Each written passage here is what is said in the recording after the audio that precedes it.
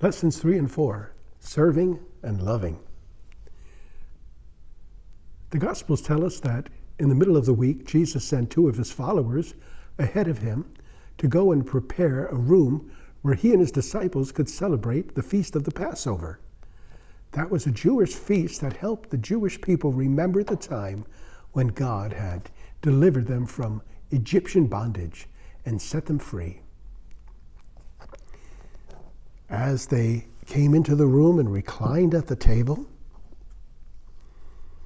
they were waiting for a servant to come and wash their feet. You know, in those days, people wore sandals, no socks, and the roads were dusty. And so when they entered into a house, usually the servant would come and wash everyone's feet. They waited and they waited, but no servant was there, only Jesus and his disciples. And suddenly Jesus got up and he took a towel and wrapped it around himself. And then he took a basin of water, and Jesus went around washing the feet of the disciples. John probably thought that James should do it. And James probably thought that Peter should do it. And Peter knew his brother Andrew should have done it, not Jesus. But nobody did it. Jesus did. And after he washed all their feet and wiped them off with the towel, then he taught them a lesson. He said, you see what I have done? You call me your Lord and Master.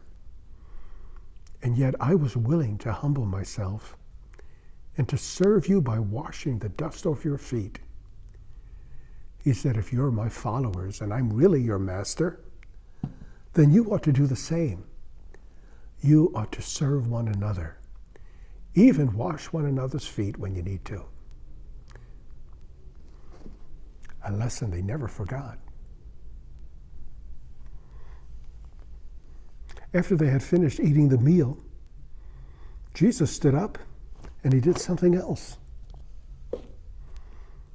He took a glass of wine and he took some unleavened bread and he said, this wine is my blood shed for you for the remission of sins, forgiveness. And this is my body which is broken for you.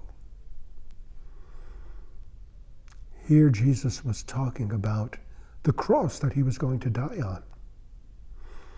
That his body would be broken and his blood would be poured out.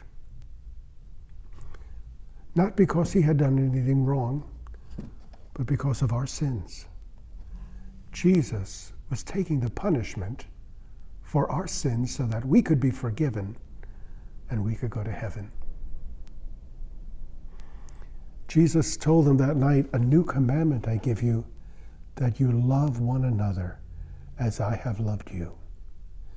By this shall all men know you're my disciples, by the love that you have one for another. Let's serve and love one another like Jesus taught us to.